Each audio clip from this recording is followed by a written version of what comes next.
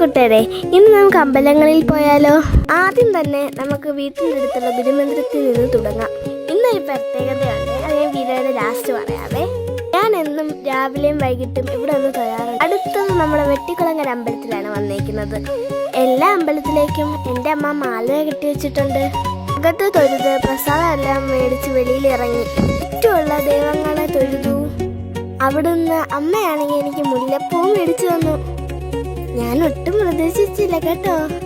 അവിടെ എല്ലാം തൊഴുതു കഴിഞ്ഞ് അടുത്ത അമ്പലത്തിലേക്കാണ് പോകുന്നത്. നമ്മളുടെ കുറുമ്പകര അമ്പലത്തില് വീട്ടിൽ പോയി ധനുവിനെ എടുത്തിട്ടാണ് കുറുമ്പകര അമ്പലത്തിൽ വന്നത്. രാവിലെ ആണെങ്കിൽ അവൻ എണീറ്റില്ലായിരുന്നു. അകത്ത് കൊടുത്ത് തൊഴുത് പ്രസാദമെല്ലാം മേടിച്ച് വെളിയിലിറങ്ങി.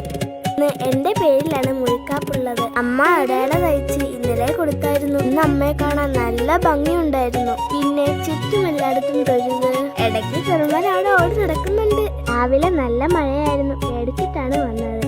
ഇവിടെ വന്നപ്പോൾ ഒടുക്കത്തെ തൊഴുതെല്ലാം കഴിഞ്ഞ് രസം ഉണ്ടായിരുന്നു. പായസത്തിന് വേണ്ടി വെയിറ്റ് ചെയ്യുകയായിരുന്നു ഞങ്ങളവിടെ. ഇന്ന് വിശാഖം നാളാണ്, എന്റെ പിറന്നാളാണ്. 28 കേട്ടോ എന്റെ ഡേറ്റ്. അപ്പൊ ഇന്നത്തെ വീഡിയോ ഇത്രയാണ്. അപ്പൊ ബൈ ബൈ.